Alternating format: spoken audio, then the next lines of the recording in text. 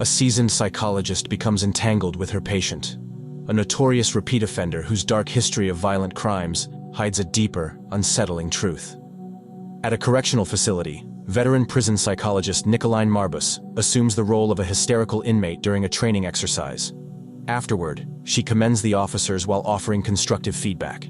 Sometime later, Nicoline begins a temporary position at an open prison focused on rehabilitating criminals.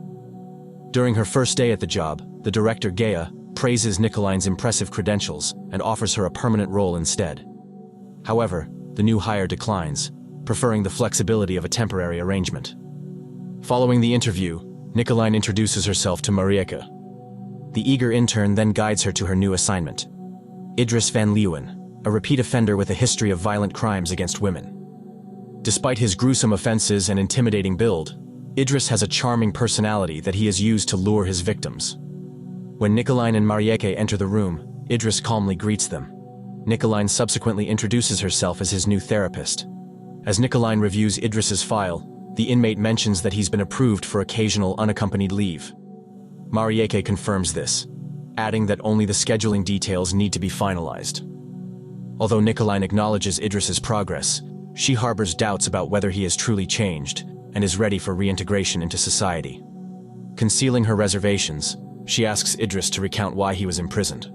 Surprised, he remarks that she should already know, but Nicoline insists on hearing it in his own words. Mildly annoyed, Idris relents and states the nature of his offense.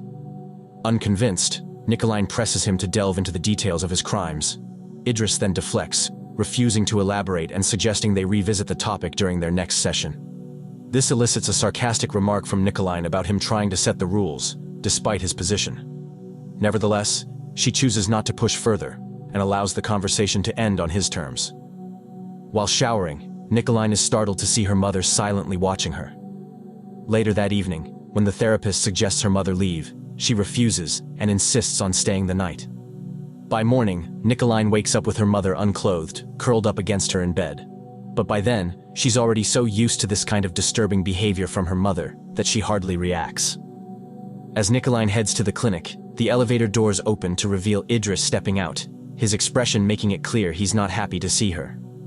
Later, from her office window, Nicoline watches Idris closely. While other inmates bicker over a rabbit, he stands apart, simply observing the commotion. Meanwhile, a co-worker enters to make small talk, but Nicoline barely acknowledges him, her focus locked on the scene outside. Moments later, Nicoline shifts to another vantage point. To her surprise, she spots Idris now holding the rabbit and gently placing it back in its cage. During a staff meeting, Nicoline strongly opposes granting Idris unsupervised leave, arguing that she believes he hasn't really changed. Her colleagues counter that Idris has shown significant progress and is one of the most cooperative inmates they've worked with. They attribute his past crimes to a violent upbringing, claiming he was also a victim. Unmoved, Nicoline suggests Idris may be deceiving them.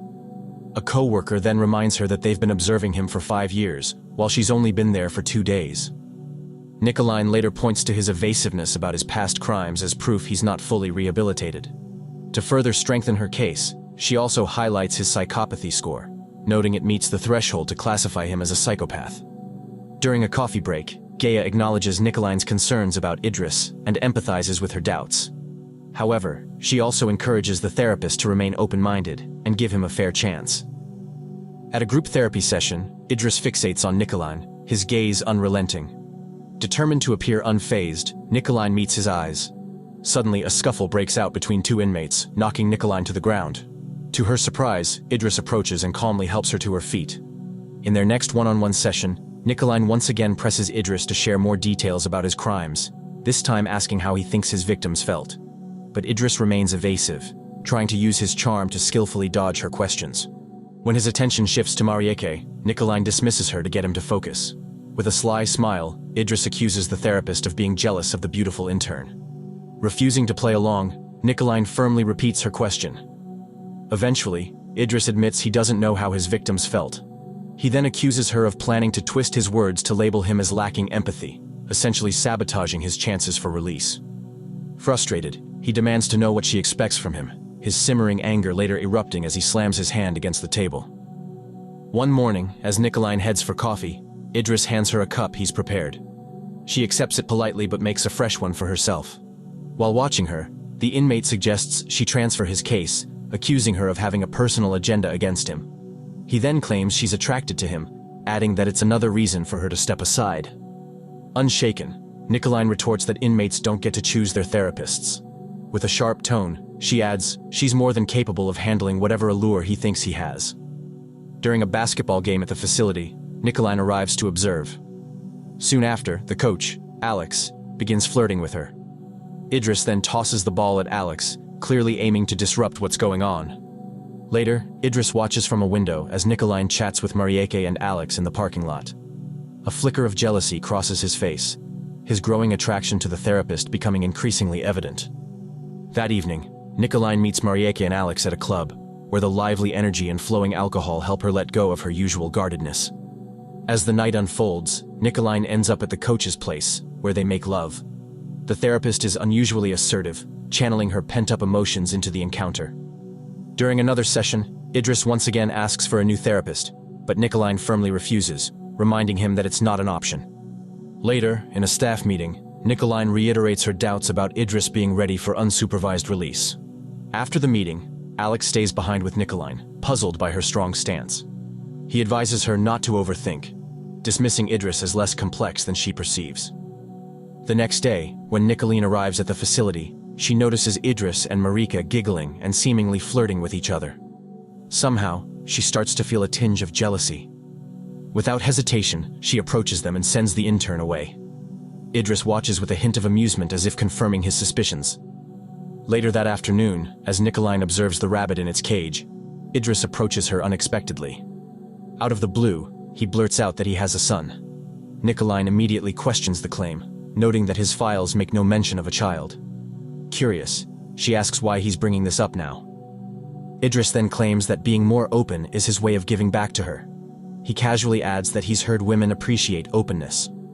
Unamused, Nicoline counters, pointing out that women aren't as simple as he assumes. Still doubtful, she presses him for more details about his supposed son.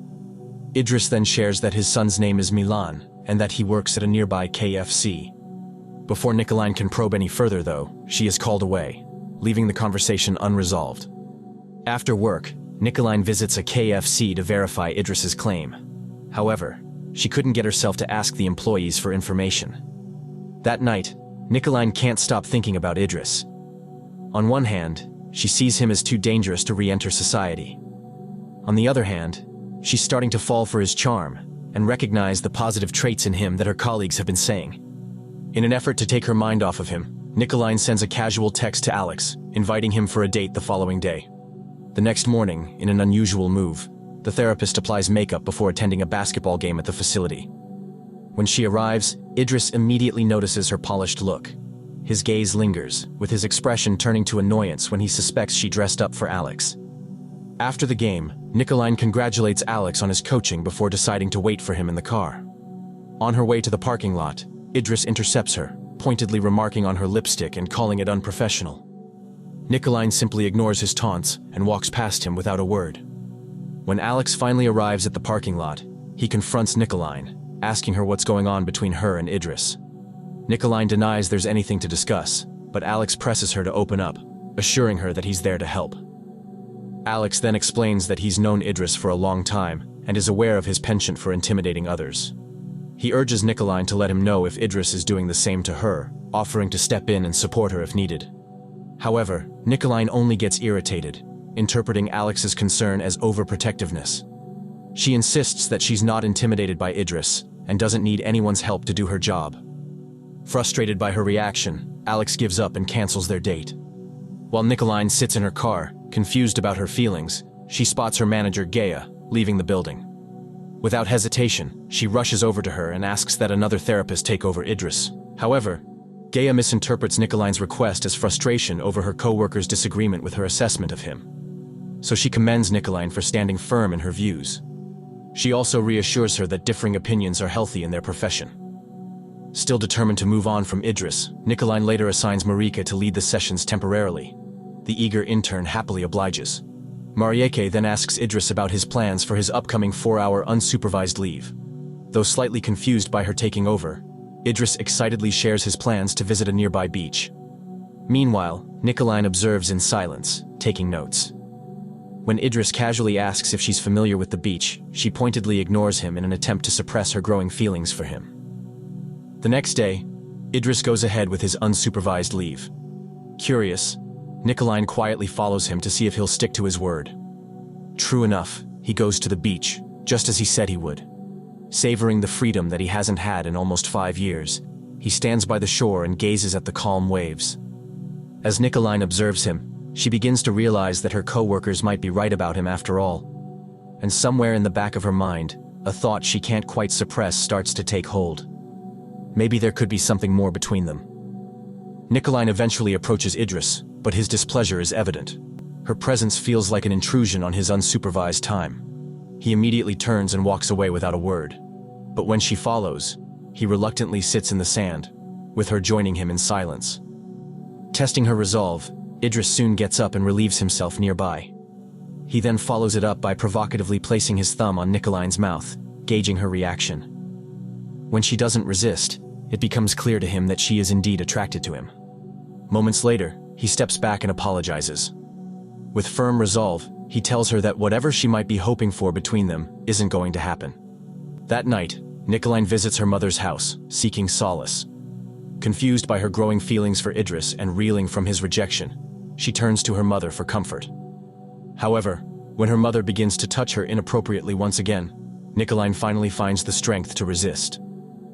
At the correctional facility, Nicoline tells Idris it's time for a new therapist, making sure to avoid acknowledging what happened the previous day.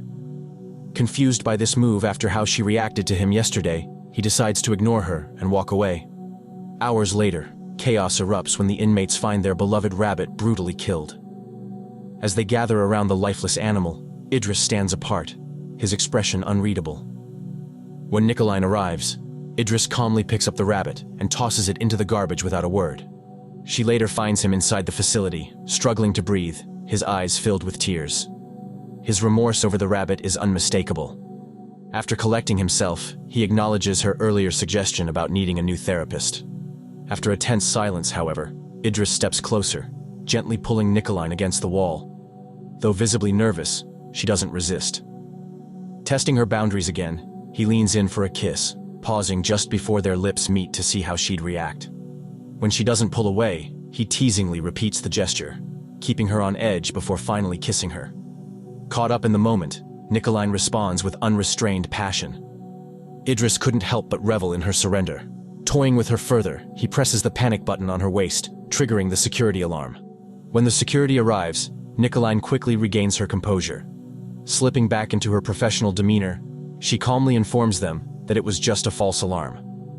Overwhelmed by the day's events, Nicoline decides to spend the night in her car. The next morning, still in yesterday's clothes, she returns to work feeling unsettled.